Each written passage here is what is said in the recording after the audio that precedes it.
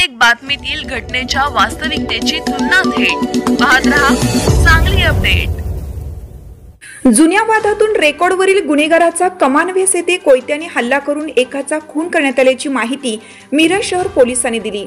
या हल्ल्यात एक जण जखमी झाला आहे तर हल्लेखोर फरार झाले आहेत।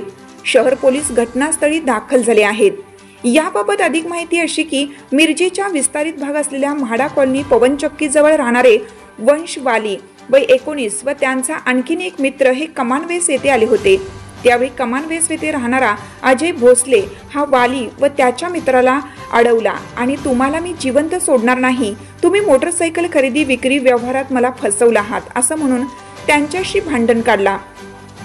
कमानवेस येथे भांडण सुरू असल्याची माहिती वंश वाली यांचा भाऊ कुणाल वाली वय 25 याला समजल्यानंतर तो कमानवेस येथे नवीन फायर स्टेशन जवळ आल्यानंतर ही भांडणे पुन्हा जोरात सुरू झाली। यावेळी अजय भोसले यांचे कमानवेस येथील आपल्या मित्रांना सुद्धा भांडणाच्या ठिकाणी बोलावून घेतलं। तेथे आल्यानंतर ही भांडणे जोरात सुरू झाली। अजय भोसले याने आपल्या जवळील कोयता काढून कुणाल वाली याच्यावर हल्ला चढवला। कुणाल वाली याच्या छातीवर, हातावर, पोटावर जबर वार बसल्याने तो जागीच कोसळला।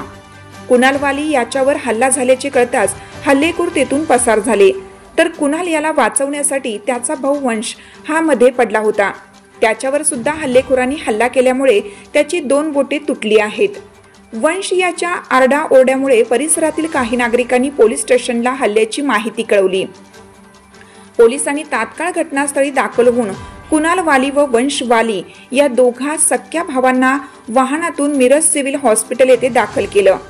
कुणाल वाली हा मृत म्हणून घोषित केला। कुणाल वाली हा रेकॉर्डवरील गुन्हेगार असून वाली आणि भोसले यांच्यात गेल्या काही दिवसापासून दुचाकी खरेदी विक्रीच्या वादातून भांडण सुरू आहे। पोलीस घटनास्थळी दाखल होऊन रात्री उशिरापर्यंत पंचनामा करीत होते। दोघा संशयितांना पोलिसांनी ताब्यात घेतल्याचे समजते तर अन्य संशयित आरोपींचा शोध घेण्यासाठी सर्वत्र छापेमारी सुरू आहे।